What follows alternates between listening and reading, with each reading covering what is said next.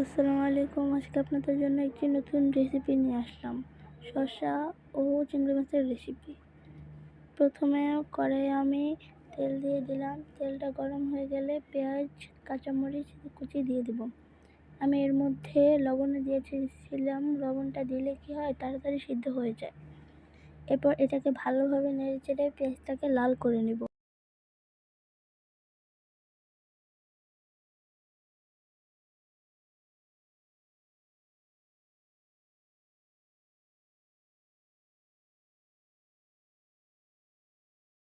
পেঁয়াজটা হালকা হালকা লাল হয়ে এসেছে। এখন আমি এর মধ্যে চিংড়ি মাছ কুচি দিয়ে দিলাম।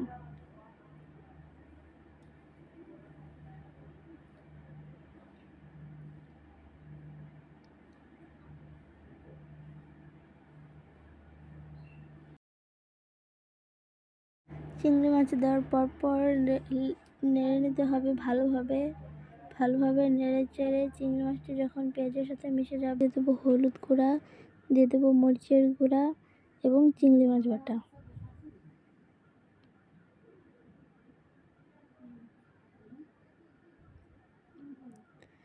এরপর এই মিশ্রণটাকে ভালোভাবে নেড়ে চেড়ে একসাথে মিশিয়ে নেব।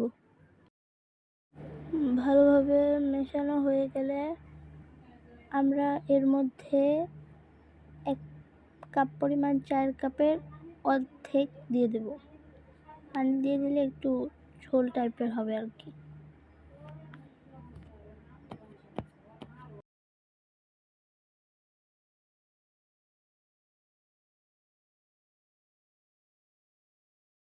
পানি দেওয়ার পর কিছুক্ষণ নেড়ে চেড়ে আমরা এর মধ্যে দিয়ে দেব আমাদের কেটে রাখা শসা।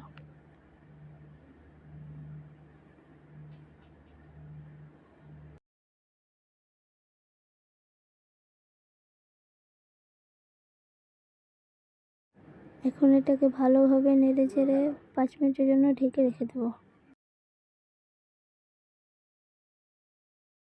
এটাকে ভালোভাবে নেড়ে চেড়ে টমেটো কুচি করে রেখেছিলাম, সেই টমেটো কুচিগুলো দিয়ে দেব। টমেটো কুচি দিয়ে আবার নেড়ে চেড়ে আবার ঢেকে দেব 5 মিনিটের জন্য।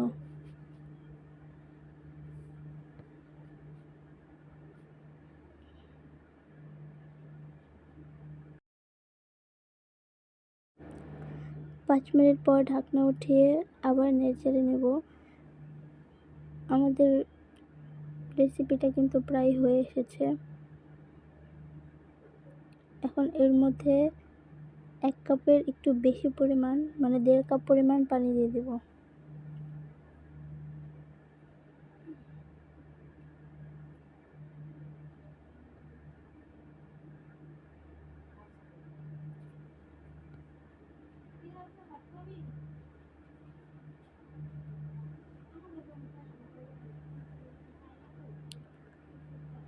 এবার এটাকে ঢেকে 5 মিনিটের জন্য রেখে দিলেই হবে।